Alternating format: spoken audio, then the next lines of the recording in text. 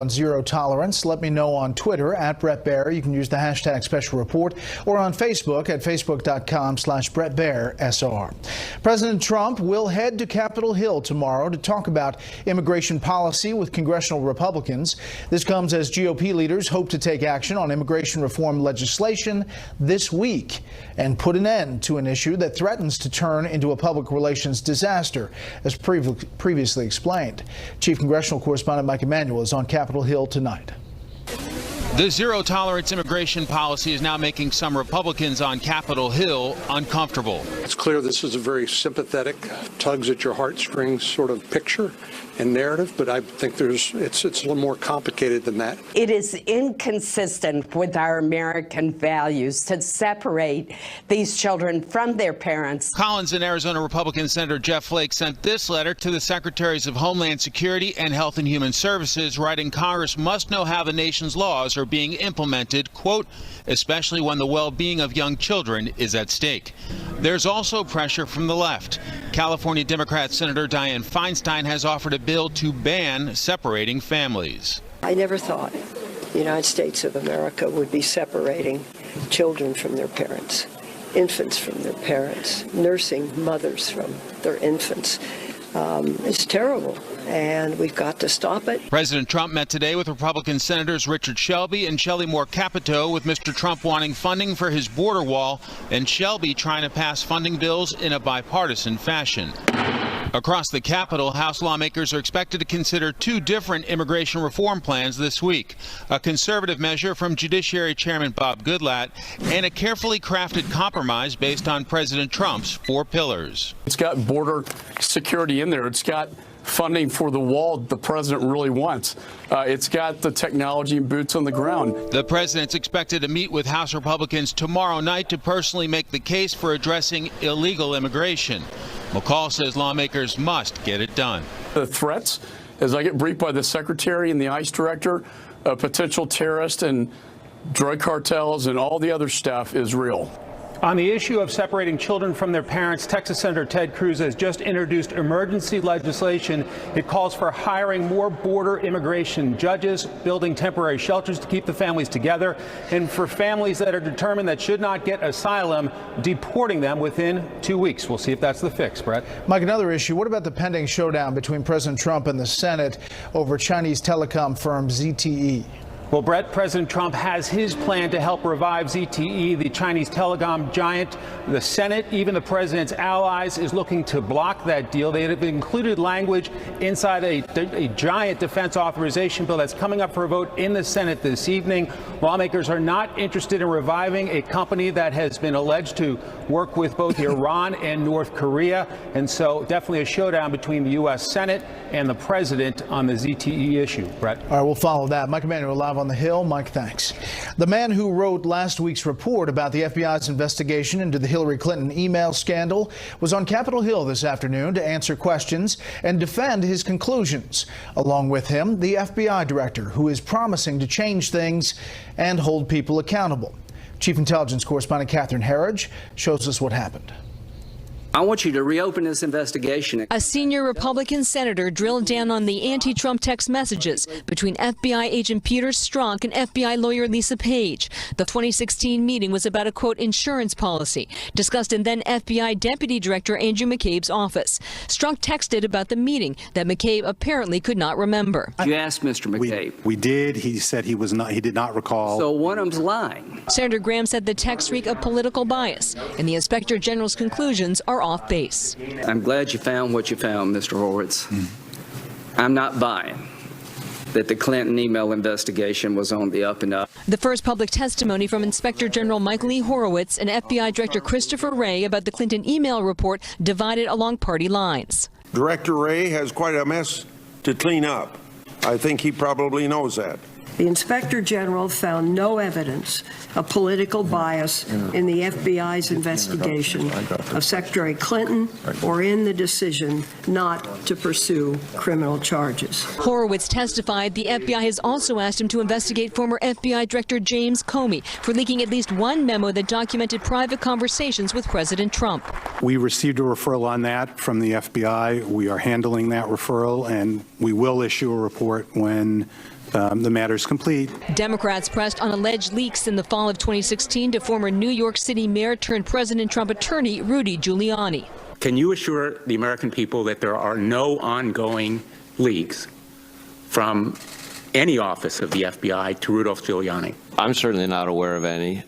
We are aggressively investigating a number of leaks, even as we speak. Based on the report's findings, the FBI director said a half-dozen employees could be disciplined, but he emphasized the mistakes and bad judgment were limited. This report is focused on a specific set of events back in 2016 and a small number of FBI employees connected with those events. One Republican was not satisfied. Let's remember who that small number of employees was. The director of the FBI, the deputy director of the FBI, the leader of both the Clinton email investigation and the Russia investigation. The Inspector General will testify for a second day in front of two House panels tomorrow. In a separate development, after months of pressure, the lawyer for FBI agent Peter Strzok has now confirmed that he will voluntarily testify before the House Judiciary Committee and any other congressional inquiry. Bret. And that will be interesting. Catherine Harris live on the Hill. Catherine, thank you. Let's get some analysis now from legal scholar Jonathan Turley of George Washington University. Jonathan, thanks for being here. Thanks. What struck you from today's hearing? Well, what was really interesting was the different narratives. The fact is that the IG was not likely to find that decisions were based on bias. But it is also not true that he didn't find bias. He actually found a lot of bias. It's just that he's not going to assume that the bias he found was the cause of decisions that were taken by the FBI. Not his mandate, in other words. That's right. And so unless someone was going to confess or help out with an email detailing some conspiracy, there wasn't going to be a finding that bias drove the decisions. But the Republicans were correct. The report is heavily laden with very disturbing statements of bias, including from the chief investigator. So the question then is, that wasn't his mandate. He's not going to make those assumptions. So where do you go from here? The answer in the Constitution is you go to Congress. Congress has an oversight duty to look into this. Some of these questions are simply not answered. You know, for example, Lindsey Graham was correct to raise the issue of Clinton's IT expert who was accused of lying repeatedly to the FBI, scrubbing her server after being told it was part of an investigation and something that Congress was looking for, and took all these actions that would have justified, in most of our view, an actual criminal charge. Instead, they gave him immunity, which at the time left all of us just dumbfounded why you would possibly do that. Those questions are just not answered because that's not the mandate. After reading the IG report and seeing the testimony today, the case for obstruction of justice? Well, I got to tell you, this IG report makes a difficult obstruction claim based on the Comey firing virtually inconceivable. You know, you have the Inspector General saying that Comey was insubordinate, that he deviated from policies, that these were serious violations. The FBI director echoed that today.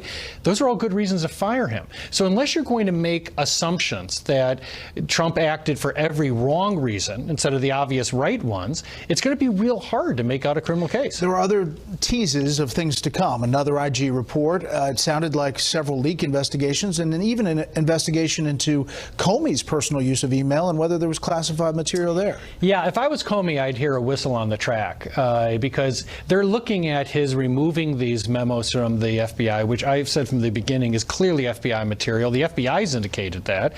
One might have had classified information in it. I can't imagine the Inspector General looking at that and saying, okie doke, that's fine. You just feel anytime you're fired to remove any files you want and then leak them to the media. So that train's going to come down. It's not going to be good for Comey. Let's turn to the first story, and the story that's gotten a lot of attention. What the administration is doing, what Democrats are doing, what Congress can or should do on this case with separating parents and children along the border. No, it's a really sad story because, as usual in Washington, there's truth and falsity on both sides. Everyone's spinning this, and in the middle are all these kids. The fact is that the administration does not have to separate the kids from their mothers. That's a choice. That's a policy choice. It's also true that this issue has been forced by a change in policy to treat these as criminal matters, something many citizens support. I mean, Donald Trump was brought to power because he was pledged to get tough on immigration. Getting tough on immigration means to switch from a civil or administrative process to a criminal one. Once you do that, you have these type of separation problems. And so there is truth on both both sides here. There are some agreements and some laws that govern how long and under what circumstances you hold children. But can the administration keep these families together? Yeah, I think they could. There is a choice that is made at the border there. Rich Lowry indicated it in an op-ed a couple of weeks ago in which he wrote, the U.S. Marshals take custody of the adults when the children are held by the HHS. The prosecution of the adults for illegal entry usually happens quickly. Then if the adult wants to return home, she or he is reunited with her child, they're sent back together. Where it gets more complicated is if a migrant claims asylum. Trump administration wants to hold migrants pending adjudication of those cases. If they're released, there's a good chance they'll abscond. But even if the cases are handled quickly, i.e. in a couple of months, the government has to release the children sooner thanks to a 20-year-old consent decree and associated legal rulings. It's just one of the distortions that makes a rational policy at the border impossible. When accompanied children from Mexico cross the border, we can quickly return them home. An anti-trafficking law makes it nearly impossible to do that with unaccompanied children from Central America. Basically, as long as migrants know that they can get in, they will keep coming and bringing their children on this harrowing journey. If they claim asylum, they're essentially choosing to separate from their children. Yeah, and I think this is all due to that paradigm shift. When the administration was treating this as a purely administrative process, not a criminal one, there were fewer complications that arose. Once you shift to a enforcement system, a criminal one, it magnifies these problems. But this law does create a glaring conflict in this 20-day clock running. So you can release, but then you have this gap of the mothers moving on a different track from the kids.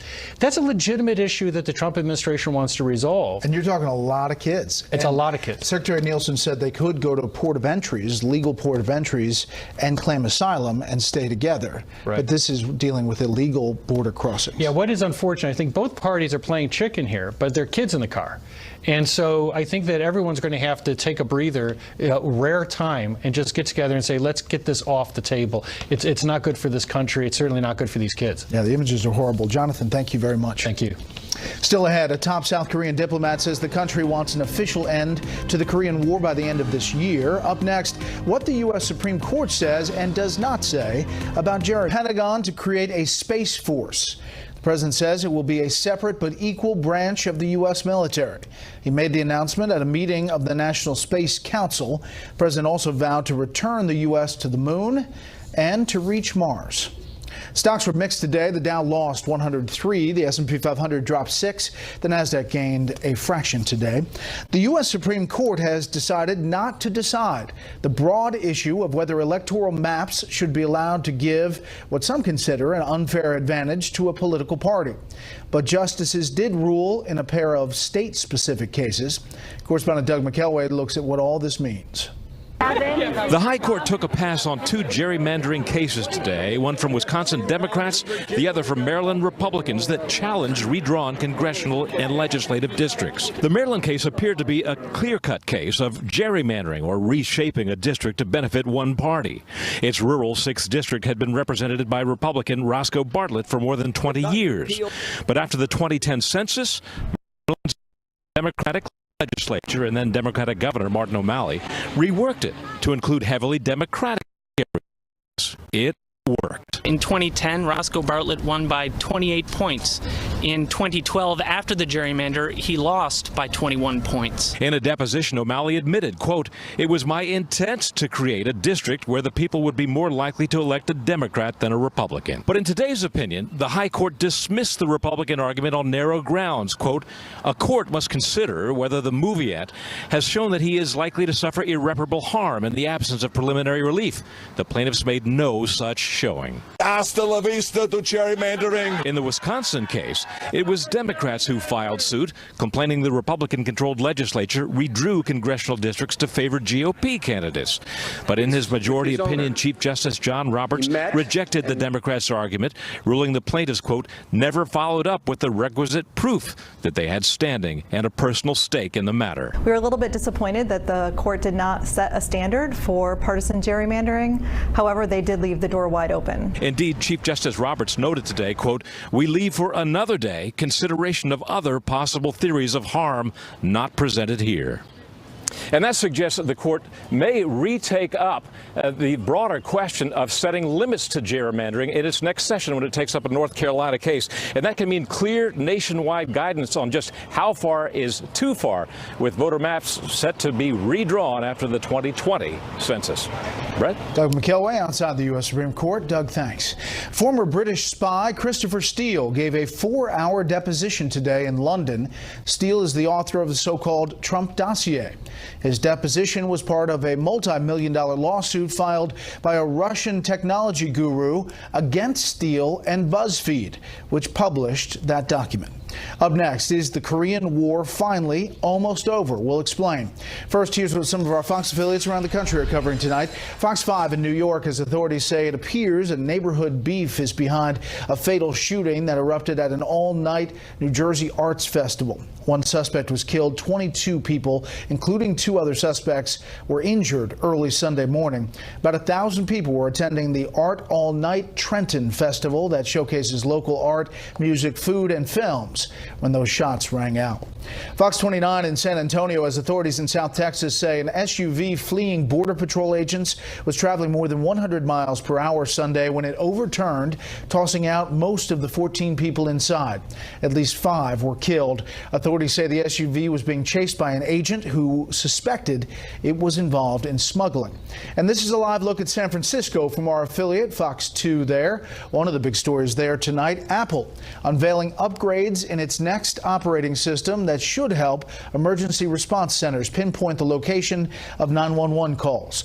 The company says the iPhone's next software will automatically deliver quicker and more reliable information to about 6,300 emergency response centers inside the U.S. That's tonight's live look outside the Beltway from Special Report. A minister is behind bars tonight, charged with spying for arch enemy Iran. Gonan Sejev was energy minister in the mid-1990s. Sejev is accused of giving information about energy and security to Iran. He spent 3 years in prison for attempting to smuggle drugs into Israel under an expired diplomatic passport in 2004. South Korea's foreign minister says her government wants a formal end to the Korean War by the end of this year. Such a landmark achievement is a side issue in President Trump's attempt to get North Korea to abandon its nuclear weapons program. Correspondent Benjamin Hall reports.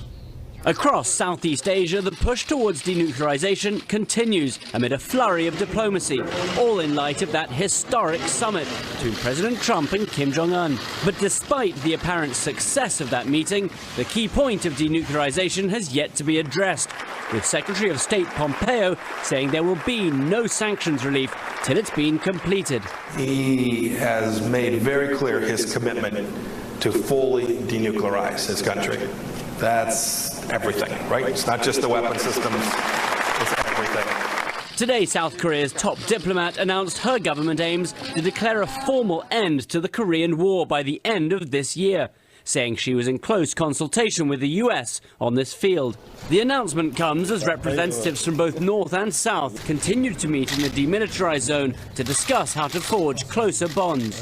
The government will do our best to improve inter-Korean relations and to recover national unity through sports exchanges. It's been decided that athletes from the rival Koreas, some of whom have trained together in the past, will march under a single flag in the upcoming Asian Games in Indonesia. The two countries agreed to field combined teams in some events and will hold friendly basketball matches in Pyongyang and Seoul in the coming months. In other diplomatic moves, South Korean President Moon Jae-in will make a state visit to Russia later this week for a bilateral summit with Vladimir Putin. It will mark the first state visit to Russia by a South Korean president since 1999.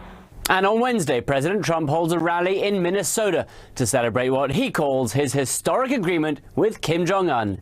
Bret? Benjamin Hall in London. Benjamin, thank you. The World Health Organization says compulsively playing video games now qualifies as a new mental health condition. The affliction will be called gaming disorder. Critics are already warning the designation may risk stigmatizing young video game players. The American Psychiatric Association is not on board, saying it might consider such a move in the future after more research. Up next, the panel on the uproar over immigrant children separated from their parents, the explanation from the Trump administration, and the politics around all of it. First, beyond our borders tonight, at least 4 people are dead following a powerful earthquake in Japan. Magnitude 6.1 quake rocked Osaka, the country's second largest city. Hundreds of people injured there, many homes without water or gas. Colombia's president-elect is appealing for unity following 5 decades of civil war. Conservative Ivan Duque received 54% of the vote to win Sunday's election in Colombia. He's promising to heal divisions, attack corruption, and to address a surge in cocaine production he calls a threat to national security. The chief executive of Volkswagen's Audi division has been taken into custody by German authorities. Rupert Stadler's arrest is the latest development in the emissions tampering scandal that has rocked VW since 2015. Volkswagen has already paid billions of dollars in fines, and many executives have been arrested. Just some of the other stories. DHS is no longer ignoring the law. We are enforcing the laws as they exist on the books. As long as illegal entry remains a criminal offense, DHS will not look the other way. DHS will faithfully execute the laws enacted by Congress, as we are sworn to do. As I said earlier today, surely it is the beginning of the unraveling of democracy when the body who makes the laws, instead of changing them, tells the enforcement body not to enforce the law. I ask Congress to ask this week so that we can secure our borders and uphold our humanitarian ideas. These two missions should not be pitted against each other.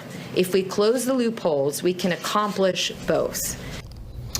The pictures are horrible, the emotions are high, the criticism is all over the place, and the blame game has begun in earnest. We can do this very quickly if the Democrats come to the table. Everybody wants to do it. We want to do it more than they do. They will try to make us choose between these children and dreamers. Our Democratic friends, every time they've had a chance to vote for a solution, they've voted against it. And so I hope they change their approach. Put it on the floor and let the people's House vote. And yet they slumber still. With that, let's bring in our panel. Former CIA analyst, nationally syndicated radio host Buck Sexton, Mara Liasson, national political correspondent of National Public Radio, and Molly Hemingway, senior editor at The Federalist. Mara, this seems like it's all coming to a head here. Yes, and this has been confusing because this was a policy that was meant as a deterrent and described as a deterrent by Jeff Sessions and others. Don't bring your kids here because you're going to get separated from them if you cross illegally. But it turns out that I think President Trump wants credit for being tough on immigration. Today he says that we don't want our country to turn into a migrant camp or a holding pen for refugees, but he doesn't want to take responsibility for the unpopular part of the policy, which is the separation of kids from their mothers, so he's blaming the Democrats. Molly. You know, it's been talked of as a deterrent in part because of what's happened as people have learned what previous administrations did in handling this law. So you saw in previous administrations that when people crossed the border illegally and then claimed after they were caught that they were asylum seekers, they would just sort of be let go and asked to report back at a later date. A lot of people figured out this was a very good way to get into the country, that you would be able to just pass through if you brought children. That increased the number of children who were used as you were crossing the border. And so you started to see the number of cases of people crossing this way just skyrocket. So they need to kind of make a deterrent out of this since people have figured out this is a good way to cross.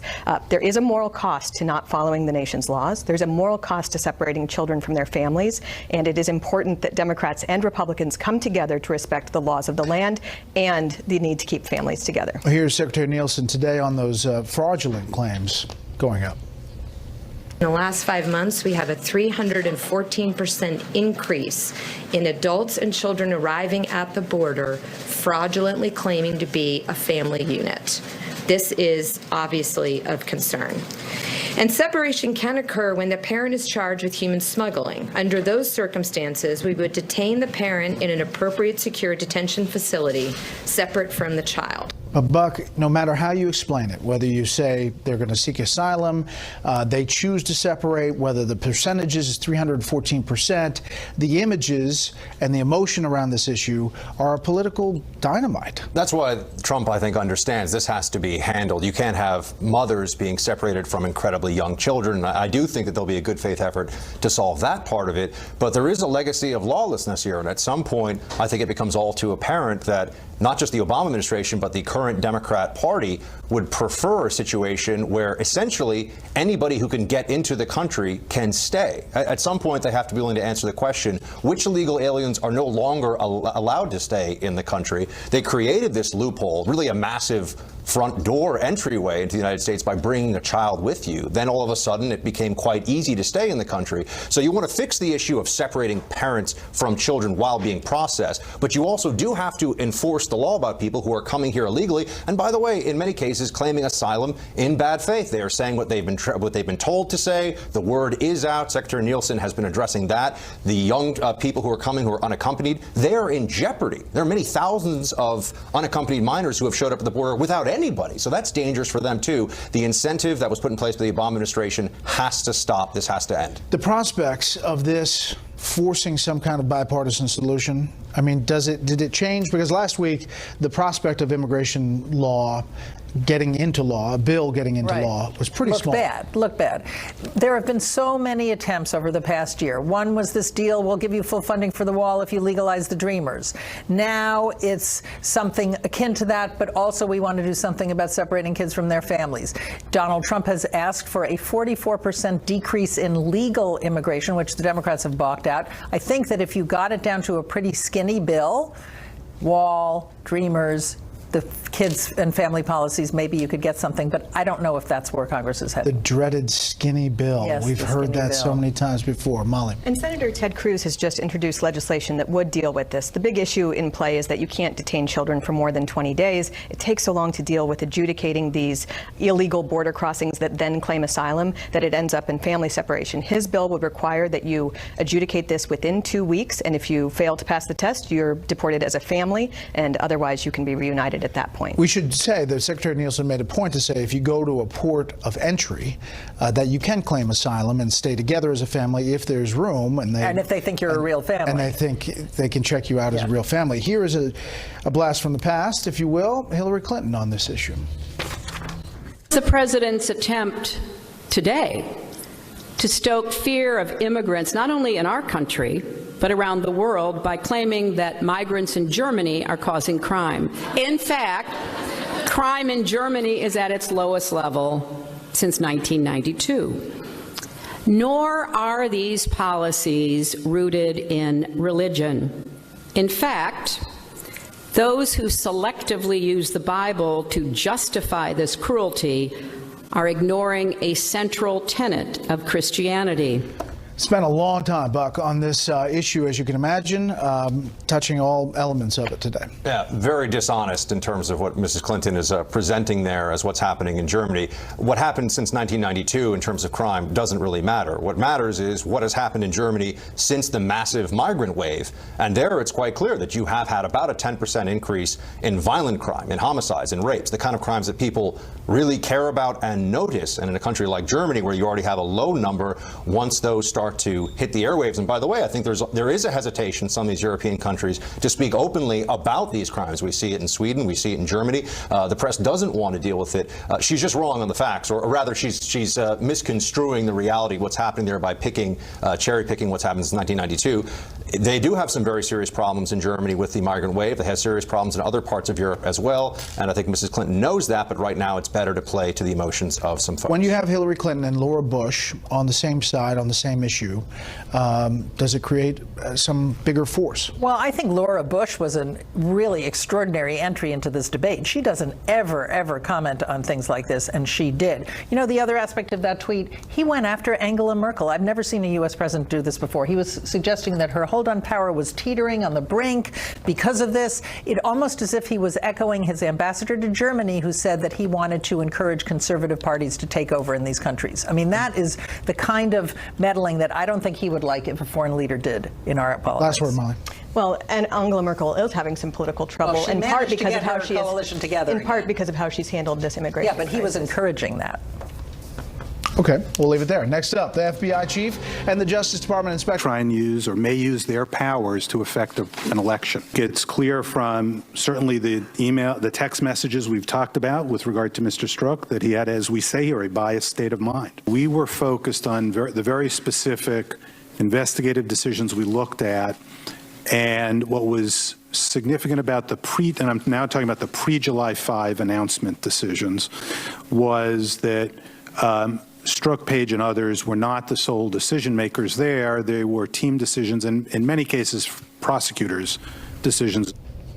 Michael Horowitz, the IG, talking about his report, sitting alongside the FBI Director Chris Wray. We're back with the panel. Molly, what'd you take from that hearing? You know, it's so interesting to see Horowitz sitting next to Wray. Horowitz is going through what he discovered in his 586-page report. And he's talking about how disconcerting it was what he found. The lack of professionalism, the bad judgment in the decision-making, the breathtaking bias that he came across. And then it gets to Wray, and Wray keeps saying, it's not really a big deal. It's just a few people. We just can solve everything with a little bit of training. And it was a very weird moment where when people are concerned about the problems at the FBI, in a way, Wray downplaying it made it seem like the problem is much worse, that he wasn't taking it seriously. Senator Hatch had to say to him something like, you say it's a few people, but do I need to point out to you that one of them was the FBI director, another was the deputy director, another was the guy in charge of the investigations. So I think it would be good on Wray to at least pretend to take this issue a little bit more seriously than he appears to be right now. There's a lot of questioning, Mara, about the president's tweet where he says the IG report totally destroys James Comey and all of his minions, including the great lovers, Peter Strzok and Lisa Page, who started this disgraceful witch hunt against so many innocent people. It will go down as a dark and dangerous period in American history. Essentially, it says it clears him, and there is no Russia collusion, which is what he always says. But he's pointing to the bias that is found in the report. There's no doubt the bias found animus on the part of these FBI agents against him.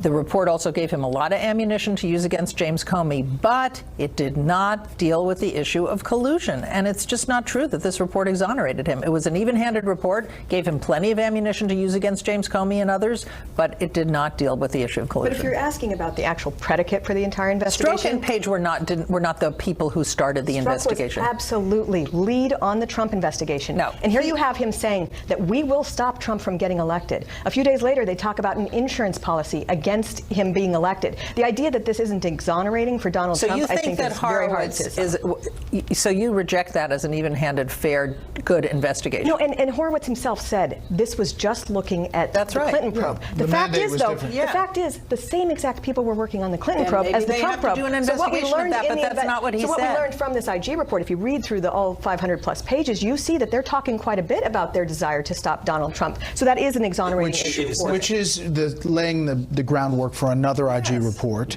and more things to come. It's tough to take a report seriously that says as its fundamental conclusion that there was no really important bias when it's essentially a few hundred pages talking about bias and talking about missteps and failures. I think also today, by the way, from the hearing, every time that there was an opportunity to find out, well, was the FBI forthcoming with information? Were they able to share the text messages in a timely fashion? No, quite the opposite. They were obviously trying to at least slow roll, if not entirely hide information. And anybody who's worked in law enforcement knows that they feel that's why she's not in the White House today. But anyone who's worked in law enforcement will tell you that when normal people do that, they actually can go to prison. So when the FBI does it, apparently it's just that it's slow and it's a bureaucracy. So I think that was really undermining the premise that we can take them at their word going forward when they do look into the Russia collusion aspect of this probe, which, by the way, I think is going to be a lot worse in terms of bias and everything else than what we've seen so far on the Hillary email side. It sounds like we are, this is one piece, and we're going to get a very detailed piece about the early days of the Trump investigation. Yeah, I think we will. And, you talk to Democrats, they believe that James Comey and all the things he did in the email investigation cost her the White House. And it is just stunning how much we need to learn about what the FBI was doing as it probed the Trump campaign. I think it would be really helpful for the FBI to realize that they just need to start being honest about what was going on. And apparently they had a meeting on Friday with some congressional leaders where Paul Ryan laid down the law that they do need to comply with these subpoenas that have been issued. Yeah, Republican members of Congress are talking tough on this issue right now, at like to actually see the follow-through. They're saying they're going to use all the constitutional weapons at their disposal to get answers. It feels like that would be kind of a first right now. I'd like them to actually do what they can to get the information in a timely fashion and not when the FBI feels like releasing it. We will follow it all sides of it. When we come back, one Senator Will Horowitz and FBI Director Christopher Wray. One name came up a lot. Former FBI Director James Comey, who is out of the country currently. You may have seen Comey's Twitter account. It shows him posing with what's billed as the world's tallest concrete gnome. He's very tall himself, and also in an Iowa field. Well, Judiciary Committee Chairman Chuck Grassley noted Comey's absence out of the country, but questioned his true whereabouts. Mr. Comey's attorney tells us he's out of the country, although I saw he was in Iowa over the weekend. According to his Twitter feed, he seems to be having a wonderful time. That's just the picture on his Twitter feed. But anyway, thanks for inviting us into your home tonight. That's it for this special report. Fair, balanced, and unafraid. The story, hosted by Sandra Smith tonight, starts right now. Hey, Sandra. Thanks, Brett. Well, breaking news on the border battle and the controversial policy to separate illegal immigrant children from their parents. The United States will not be a migrant camp, and it will not be a refugee holding facility. Won't be. The Trump administration doubling down tonight, insisting it is simply enforcing immigration laws already on the books and calling on Congress to fix it. Good evening, everyone. I'm Sandra Smith in for Martha McCallum tonight. Well, late this evening, Homeland Security Secretary Kirstjen Nielsen appearing in the White House briefing room to clarify the misinformation about the unaccompanied illegal minors being held in detention centers. 10,000 of those currently in custody were sent by their parents with strangers to undertake a completely dangerous and deadly travel alone. We now care for them. We have high standards. We give them meals. We give them education. We give them medical care. There's videos. There's TVs. I visited the detention centers myself. This as Democratic lawmakers spent today and the weekend touring those facilities that officials say could house up to 30,000 illegal children by August. And I say to the president, we have zero tolerance for your neglect and for your policy of separating children from their parents. We've got a big lineup for you tonight. Democratic Congressman Henry Cuellar, who admits the same thing was happening under the Obama administration. Then Ron Vitello, acting Deputy Commissioner of the U.S. Customs and Border Protection, here to tell us what is really happening on the ground at our southern border. But we begin tonight with Chief White House Correspondent John Roberts live at the White House with our top story. John? Sandra, good evening to you. All of this goes back to April when the Attorney General Jeff Sessions announced that the United States was adopting a zero-tolerance policy with people who are entering the country illegally. Basically, the policy states that anyone who crosses the border at a place other than a port of entry will be subject to criminal prosecution and arrest. And that means that any children that they arrive with will be separated from them while they are in custody, much the same way as if you were to commit a crime in the continental United States for any other reason and you had children, you would be at least temporarily separated from those children. Administration officials say they are simply enforcing the law, laws that other administrations basically ignored because it was politically unpalatable to enforce them. But the point the president was making today is that if Congress changes the law, provides greater border security, which would include building a wall, closes loopholes in immigration laws, those separations will no longer be necessary. But the president says whether it be arresting people or changing the law, the United States cannot afford to do nothing. Listen here. You look at what's happening in Europe, you look at what's happening in other places. We can't allow that to happen to the United States, not on my watch. We have the worst immigration laws in the entire world. Nobody has such sad, such bad, and actually in many cases, such horrible and tough. You see about child separation. You see what's going on there. But just remember, a country without borders is not a country at all. But enforcing the law has created a huge backlash for the White House. A lot of Democrats, even some Republicans, very critical, including The former First Lady, a Republican, Laura Bush, who wrote in an op-ed in the Washington Post, quote, "I live in a border state. I appreciate the need to enforce and protect our international boundaries, but this zero-tolerance policy is cruel. It is immoral, and it breaks my heart." Congressional Democrats argue that the White House, the president, the administration is using children as pawns to try to force Congress to make some immigration reforms. I asked the DHS Secretary, Kirstjen Nielsen, about that earlier today. Listen here. You're calling on Congress to change the law. I mean, that is the big message here. Members of Congress on the Democratic side say that you are using children as a lever to try to get them to take legislative action. What do you say to that? I say that is a very cowardly response. It's clearly within their power to make the laws and change the laws. They should do so.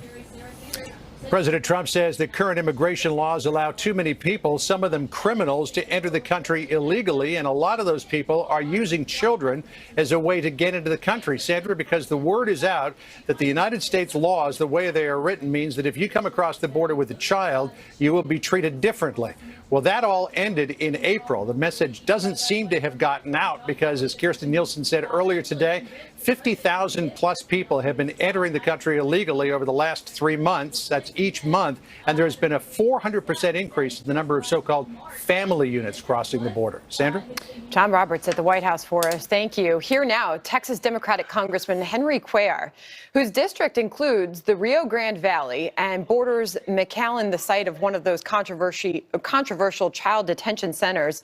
Thank you for joining us tonight, sir. If you could, respond to what you heard there from the Homeland Security Secretary as she took the microphone at the White House to try to clarify what appears to be a lot of confusion as to what is happening down at our border. All right, I'm still here down here at the border, and I spend a lot of time with the Border Patrol folks today. When somebody comes in, keep in mind that from October 1st of 2017 to now, 14,500 kids unaccompanied with no parents have come into the lower Rio Grande, 14,500. So there was no separation involved because they came in by themselves. Out of the family units that came in the last 5 weeks, for example, about 1,100 of them have been separated. 700 of them plus are now with the HSS. And then another 436 of them were temporarily separated, but they're back with the families because they were taken over to be charged under what we call Section 1325, which is coming into the United States without documentation. So we're talking about a small amount. So you're down there and you're witnessing what is happening. You're trying to tell us about that. So what are you asking for? What do you want to see done? Democrats are pointing the finger at President Trump and his administration for what is happening. Well, keep in mind this law, Section 1325, you come in the first time without documentation. That means that it's a misdemeanor. The second time, third time, it becomes a felony. So right now they're charging, this is about a